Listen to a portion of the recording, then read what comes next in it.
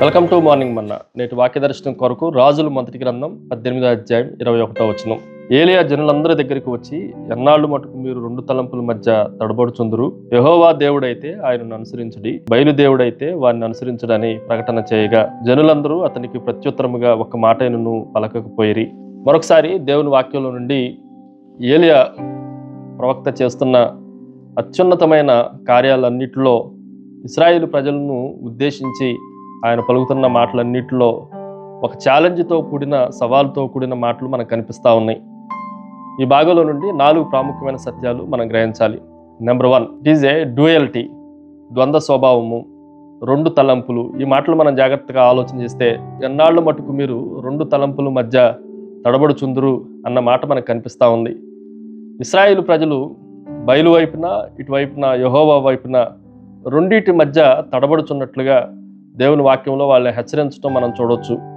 ఈ రోజుల్లో కూడా చాలామంది నిజమైన దేవునికి, అబద్ధపు దేవునికి మధ్యలో కుట్టుమిట్టాడుతున్నట్లుగా ప్రజల యొక్క ప్రవర్తనను బట్టి మనకు కనిపిస్తూ ఉంది. ఒక కాలు దేవుని పైన, ఒక కాలు లోకం పైన వేస్తే, రెండు పడవల మీద కాలు వేసిన వాడు మధ్యలో ఎలాగైతే హఠాత్తుగా మునిగిపోతాడో, మన జీవితాలు కూడా కుంటుపడుతూ మునిగిపోవటానికి అవకాశం ఉంది అన్న హెచ్చరికను మనము ఖరారు చేసి జ్ఞాపకం ఉంచుకోవాలి. రెండో విషయాన్ని మీకు జ్ఞాపకం చేస్తాను. ఇట్ ఈజ్ ఏ డిలే, ఆలస్యము. ఎన్నాళ్ల మటుకు అన్న మాటను మనం జాగ్రత్తగా ఆలోచన చేస్తే, ఇప్పటికే దేవుణ్ణి విశ్వసించడానికి చాలా ఆలస్యం చేశారు, ఇప్పటికే మీరు తడబడుచున్నారు అని వారిని హెచ్చరించటం దేవుని వాక్యంలో నుండి మనం జాగ్రత్తగా ఆలోచన చేయొచ్చు. ఒక రోగికి అత్యవసరంగా ఆపరేషన్ చేయాలి అన్నప్పుడు ఒకవేళ మరలా చూద్దాంలే అని ఆలస్యం చేస్తే ప్రాణానికి ఎలాగైతే ముప్పు వస్తుందో, ఆధ్యాత్మిక విషయాల్లో కూడా దేవుని సేవకులు, ప్రవక్తలు హెచ్చరించినప్పుడు కూడా ఆలస్యం చేస్తే తగిన మూల్యము మనం చెల్లించుకోవాల్సి వస్తుంది అన్న విషయాన్ని మనం గ్రహించాలి. మూడో విషయాన్ని మీకు జ్ఞాపకం చేస్తాను. ఇట్ ఈజ్ ఏ డిస్టింక్షన్, వ్యత్యాసము, స్పష్టమైన తేడా. ఈ మాటను కూడా మనం జాగ్రత్తగా ఆలోచన చేస్తే, ఏలియా ప్రజలందరి ఎదుట ఇద్దరు వ్యక్తుల్ని, ఇద్దరు దేవుళ్ళని ఆయన ముందు పెట్టడం మనం చూడొచ్చు. బయలుదేవుడైతే బయలుని మీరు ఆరాధించండి, యెహోవా దేవుడైతే యెహోవానే ఆరాధించండి. ఒకవైపున జీవము కలిగిన వాడు, మరొక వైపున నిర్జీవము కలిగిన వాడు.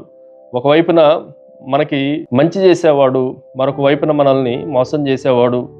రెండు రకాలైన దేవుళ్ళుగా పిలువబడుతున్న వారు, నిజమైన దేవుడుగా పిలువబడుతున్న అబద్ధపు దేవుడిని మీరు ఎవరిని ఎంచుకుంటారో వాటి మధ్య స్పష్టమైన తేడాను ఏలియా వారికి జ్ఞాపకం చేయటం ఈ వచనాల్లో నుండి మనం ఆలోచన చేయొచ్చు. Finally it is a decision, తీర్మానము, నిర్ణయము. ఈ మాటను కూడా మనం జాగ్రత్తగా ఆలోచన చేస్తే, తీర్మానాన్ని ప్రజలకే వదిలేశాడు.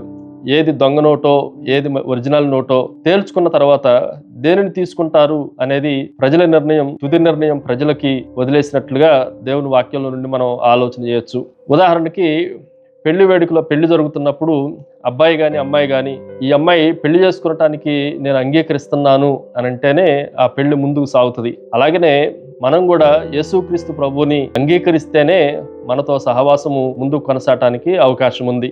ప్రార్థన. సకల ఆశీర్వాదములకు కారణభూతుడు తండ్రి, రెండు మనస్తత్వాల మధ్య వీగిపోతున్న ప్రజలను హెచ్చరించినట్లుగా, రెండు తలంపులతో నలిగిపోతున్న మా జీవితాల్లో కూడా స్పష్టమైన నీ సన్నిధిని మేము అనుభవించినట్లుగా మమ్మల్ని ఆశీర్వదించి దీవించమని యేసు నామమున అడిగి వేడుకుంటున్నాం తండ్రి. ఆమెన్. God bless you.